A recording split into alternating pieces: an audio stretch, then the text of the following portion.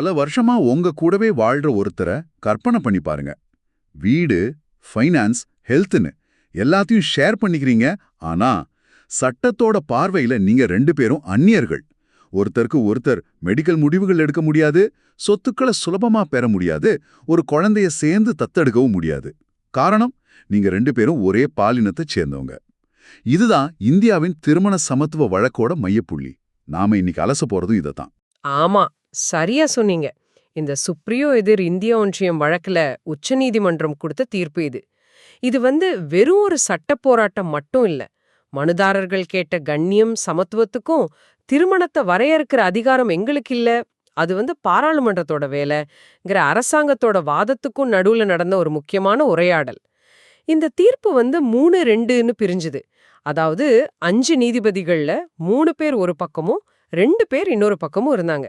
சட்டப்படி பெரும்பான்மையோட தீர்ப்பு தான் செல்லும்.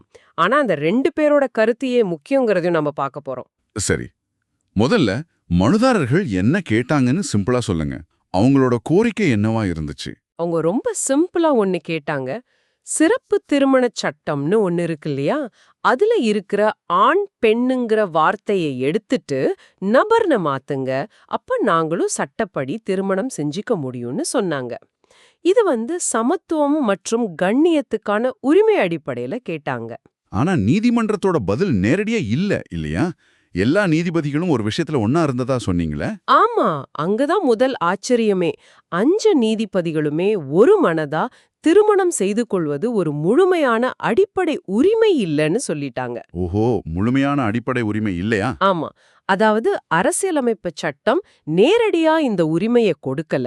இது பாராளுமன்றம் ஏற்றுகிற சட்டங்கள் மூலமா கிடைக்கிற ஒரு அந்தஸ்து தான் அப்படின்னு தெளிவுபடுத்திட்டாங்க.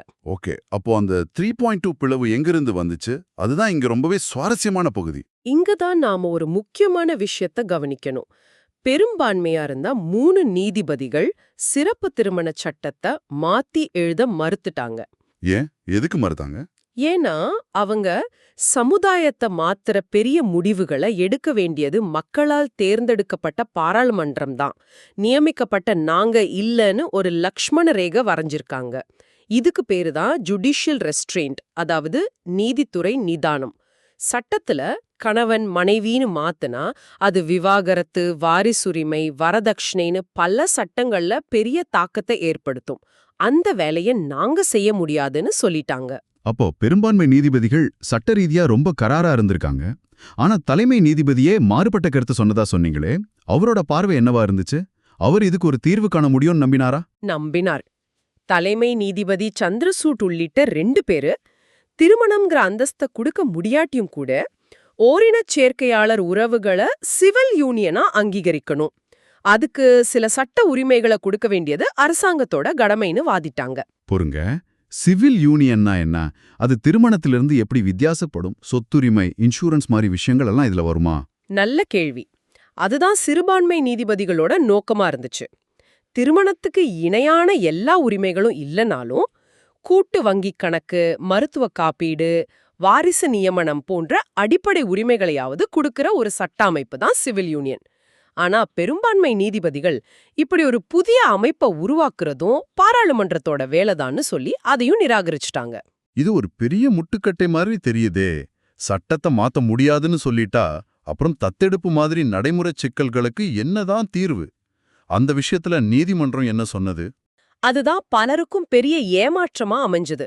ஒரு நிலையான திருமண உறவில் இருக்கிற தம்பதிகள் மட்டும்தான் ஒரு குழந்தைய கூட்டா தத்தெடுக்க முடியும்னு தற்போதைய விதிய பெரும்பான்மை நீதிபதிகள் உறுதி செஞ்சாங்க. அதுக்கு என்ன காரணம் சொன்னாங்க? குழந்தையோட நலன்தான் முக்கியம், அதுக்கு திருமணம் மாதிரி ஒரு நிலையான சட்ட கட்டமைப்பு அவசியம்னு காரணம் சொன்னாங்க. அதனால ஓரினச் சேர்க்கை தம்பதிகள் கூட்டா தத்தெடுக்கிறதுக்கான தடை தொடருது. சரி, இந்த எல்லா சட்ட விவாதங்களுக்கும் பிறகு இதிலிருந்து நீங்க தெரிஞ்சுக்க வேண்டிய முக்கிய விஷயங்கள் என்ன? பொது மக்களுக்கு முக்கியமான விஷயம், ஓரினச் சேர்க்கை திருமணம் இன்னும் சட்டப்பூர்வமா அங்கீகரிக்கப்படல. ஆனா நீங்க சேர்ந்து வாழ்றதுக்கான உங்க உரிமை பாதுகாக்கப்பட்டிருக்கு. இதுல ஒரு நல்ல விஷயம் என்னன்னா, கூட்டு வங்கி கணக்குகள், மருத்துவ முடிவெடுக்கும் அதிகாரம் மாதிரி சில நிர்வாக உரிமைகளை ஓரினச் சேர்க்கை தம்பதிகளுக்கு எப்படி வழங்கலான்னு ஆராய ஒரு உயர்மட்ட குழுவை அமைக்கிறதா அரசாங்கம் சொல்லியிருக்கு. சட்ட மாணவர்களுக்கு இதுல என்ன பாடம் இருக்கு? சட்ட மாணவர்களுக்கு இந்த தீர்ப்பு ஒரு டெக்ஸ்ட் புக் எக்ஸாம்பிள். சமூக கொள்கைகளை உருவாக்குறதுல நீதிமன்றங்களோட அதிகார வரம்பு எங்க முடியுதுன்னு இது தெளிவா காட்டுது. இப்போ பந்து முழுமையா பாராளுமன்றத்தோட கைக்கு போயிருச்சு. சுருக்கமா, சட்டத்தை உருவாக்குறது எங்களவே இல்ல, அதை விளக்குறது மட்டும்தான் எங்க வேலைன்னு நீதிமன்றம் ஒரு கோடு வரைஞ்சிருக்கு. இது உங்களுக்காக ஒரு சிந்தனையை தூண்டுது. ஒரு அரசியலமைப்பு ஜனநாயகத்துல அடிப்படை உரிமைகள் சமூக சட்டங்களோட மோதும்போது மாற்றத்தை உருவாக்குற உண்மையான சக்தி யாரிடம் இருக்கணும்? சட்டத்தை விளக்குற நீதிபதிகளிடமா அல்லது உங்களால தேர்ந்தெடுக்கப்பட்ட பிரதிநிதிகளிடமா?